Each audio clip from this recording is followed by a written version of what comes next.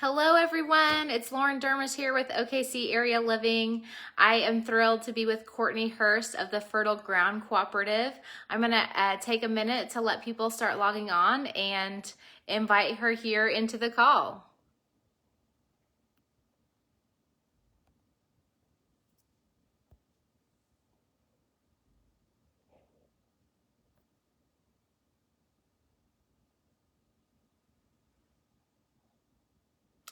So I've been figuring out how to work this with my phone and my laptop and having some technical difficulties, but I think we'll get it figured out today.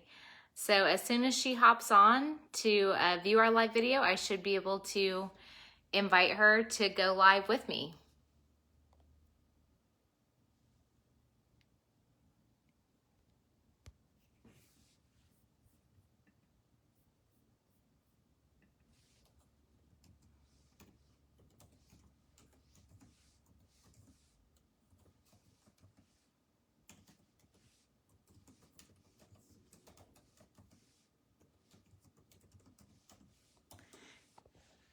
Okay, so give us just a minute or two to get started.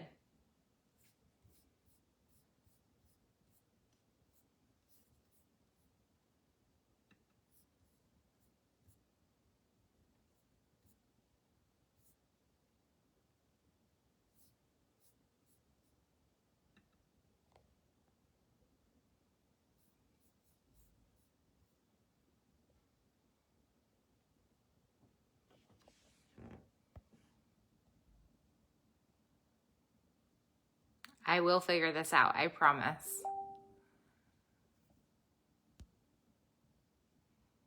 Oh.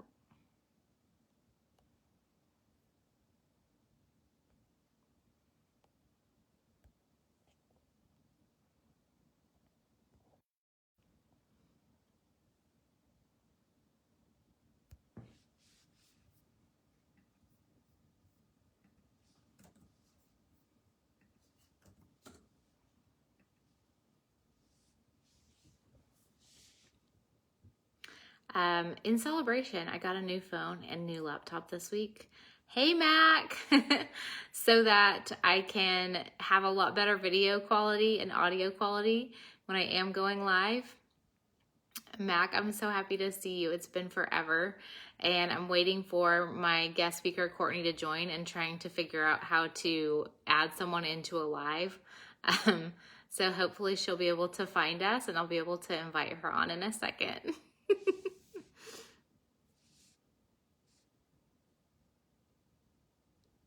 So Mac is a fellow realtor with me at Keller Williams, and he's awesome. Here, so I'm adding her into the call. Hey, it worked. We got it. We got it. I'm so excited. Courtney, thank you for your patience. So I didn't really get to do our full intro. So Lauren Durmus here with OKC Area Living. I'm a realtor in the OKC area. And on my community page, I love to highlight local businesses and organizations doing great things. And the OKC area doesn't have to be just OKC. It's OKC and the surrounding anywhere from 35 to 50 miles and could be even further than that. So thank you so much for being here, Courtney, and I'm really excited to share with our community what Fertile Ground Cooperative is and what they do. So do you want to just give a quick introduction to yourself and how you got involved with Fertile Ground and how Fertile Ground started? Sure, yeah. So I'm Courtney Hurst. I am a worker owner at Fertile Ground Cooperative. We are a worker-owned cooperative based here in Oklahoma City. It was founded in 2011, and kind of the birth of Fertile Ground was one of the founding members, Terry Craghead. He was volunteering at a program called Closer to Earth, which is a program that is still done at Commonwealth Urban Farms, which is in the Paseo area. And they work with at-risk youth and teach them how to do composting. And so they partnered with Whole Foods in Oklahoma City and started collecting their food waste, their produce waste. And so in working with them, he realized how much food waste comes from just one grocery store in one city, and started thinking about, like, what are what are some ways that we can take some of this waste that's just going into the landfill and releasing greenhouse gases into the air that could be used for something better, to benefit the earth. So that was kind of the beginning birthing thought of Fertile Ground, and they started it out by just having a bike route that picked up people's food scraps from homes. And we still have a residential service, but it kind of grew into commercial as well and started working with restaurants. Restaurants have an enormous amount of food waste.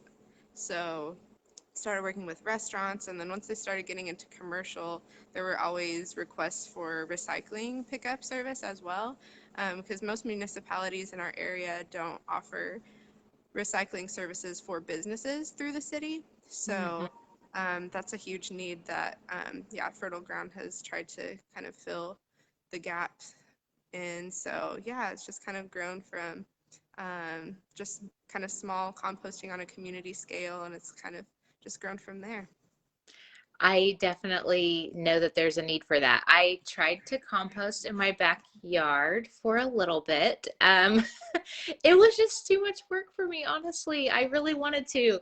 And so I'm excited to look into your services and see how it all works. And I would love for somebody to just be able to come pick it up and to feel great without having to learn. There's a lot that goes into composting. Like it's not just set it and forget it. Like I feel like there is like a little bit to maintain, and I didn't know that when I first started trying to compost.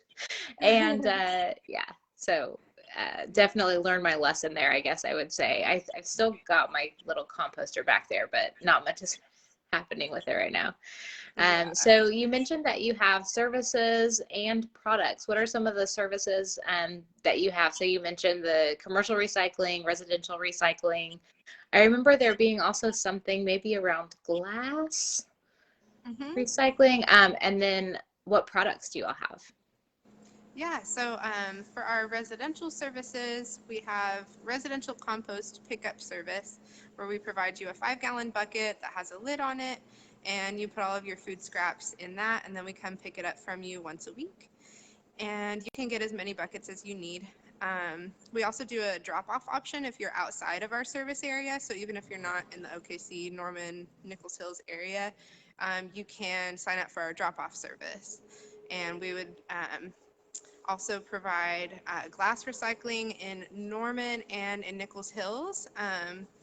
And sometimes in other areas, if you're kind of in that general service area, we can make exceptions for some people in Oklahoma City. If you live in an apartment or something like that and you don't have recycling, we would be happy to work with you for glass recycling there. So yeah, Norman and Edmond stopped accepting glass in their residential recycling service, and a lot of municipalities are cutting that out. So we wanted to make sure that people can still recycle their glass. So we stopped taking it to a recycling center, and we're just taking it straight to a glass manufacturer in Okmulgee, Oklahoma. So that's how we've kind of got around that, and can recycle glass still.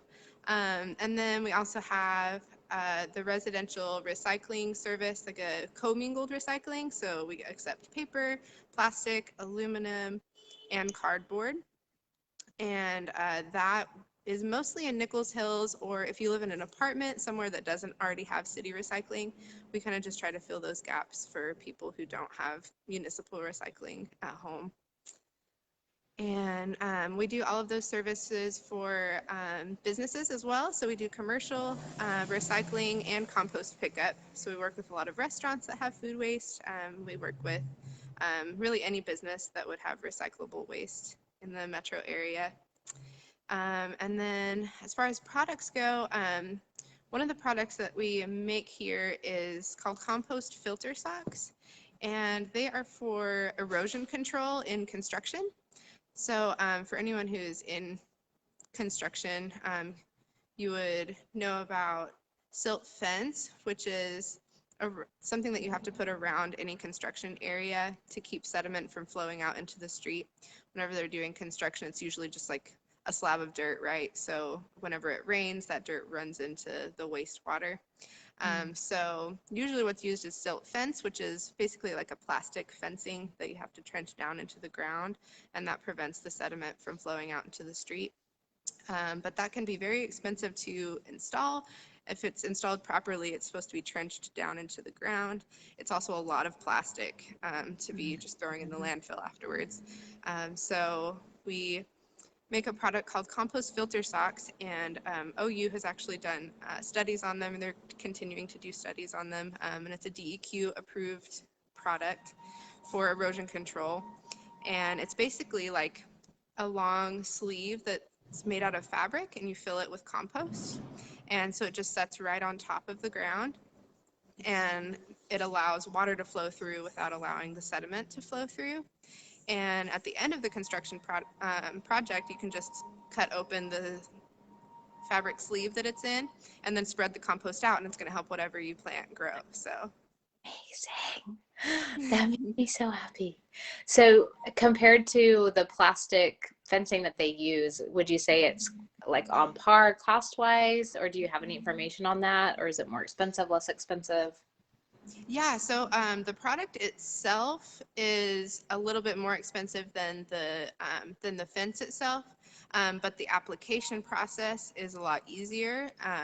So it actually is cheaper on installation, and it's also cheaper in the long run of the life of the project, because usually a project can last years sometimes depending on the project.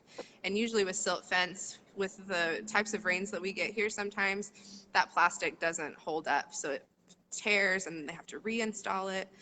So you don't have to worry about any of that with the compost filter socks. So we work with Ideal Homes. They do a lot of sustainable home building, and they've used our product and have said that they have saved a lot of money on their erosion control since switching to compost filter socks.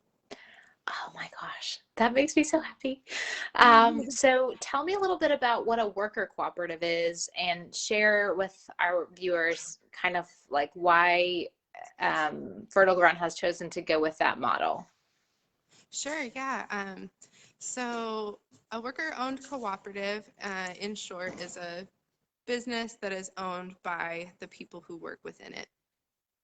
So it is something that is not new, but it is kind of gaining momentum now, especially with the economy the way it is, and wealth inequality being a growing problem.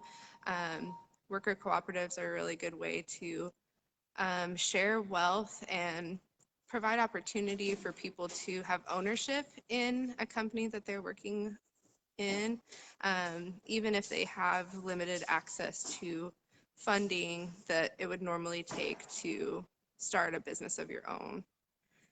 So the way there are a lot of different models of them, but the way ours works is that everyone who works with Fertile Ground goes through a candidacy period. So if you want to become a worker owner, you would go through a candidacy period, and that is usually about a year, or at least 800 hours worked. And once you go through that, we work with you and get to figure out if it's a good fit for you, if it's a good fit for us. And then at the end of that period, we have a board of directors, and the board of directors would vote on whether or not to accept that candidate as a worker owner. And if they're accepted, then they become an owner, and we split up the profits based on hours worked. So the more hours you're working, the more of the company's profit you'll get at the end of the year. And everyone has to pay in a member share of $2,000, which can be paid off in any way you want to over a 4-year period.